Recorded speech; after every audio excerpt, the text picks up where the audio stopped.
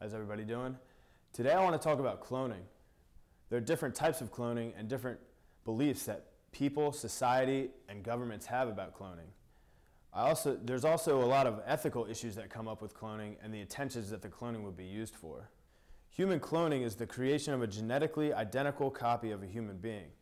There are three types of cloning, but I want to talk about the two that I think are most important and the most heavily discussed, that being therapeutic cloning and reproductive cloning.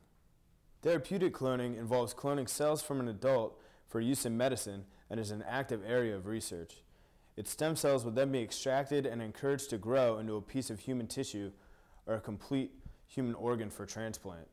So this wouldn't be an actual human clone, it would just be a replacement organ clone. The next type of cloning is reproductive cloning, and that's involving cloning an entire human.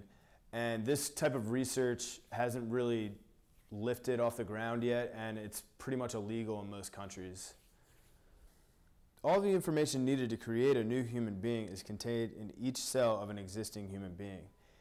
DNA testing often starts by DNA swabs of the mouth or scraping off the skin, and regardless of how you obtain the DNA, that's all you really need to make an entire clone or just make organs. Use the DNA to make duplicate clone organs.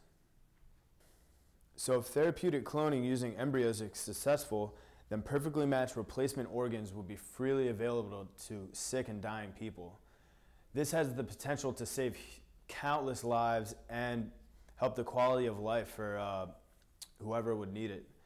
So there's 4 possible examples of using therapeutic cloning that would include, but is not limited to, use of insulin-secreting cells for diabetes, nerve cells in stroke or Parkinson's disease, liver cells to repair a damaged organ, or increase the range of possible treatments that could be considered.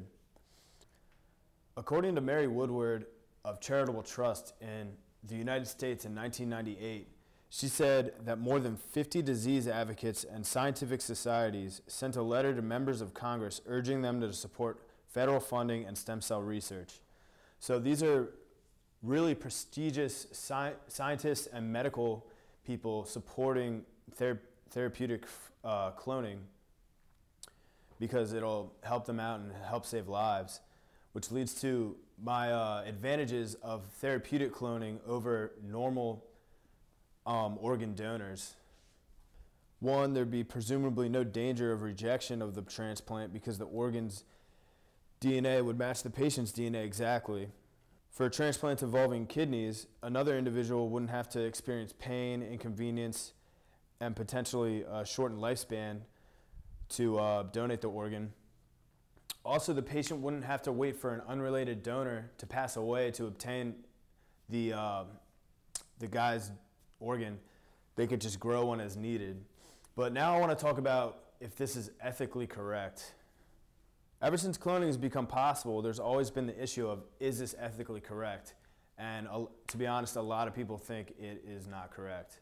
According to the American Medical Association, they have 4 reasons why they believe that cloning is not right.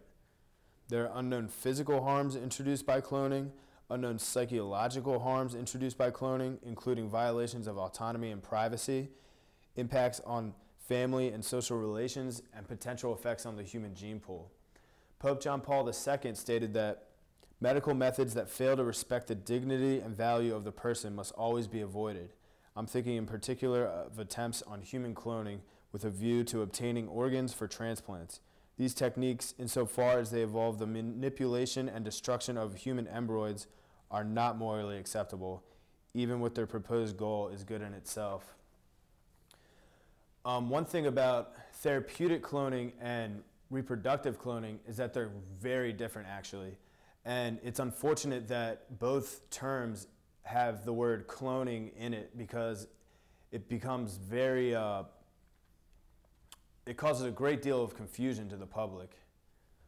I believe that reproductive cloning is completely wrong because that would involve creating an entire new human being, which I believe is not good, and that would bring up so many issues of second-class citizens and equality issues, and that would just create a whole big mess.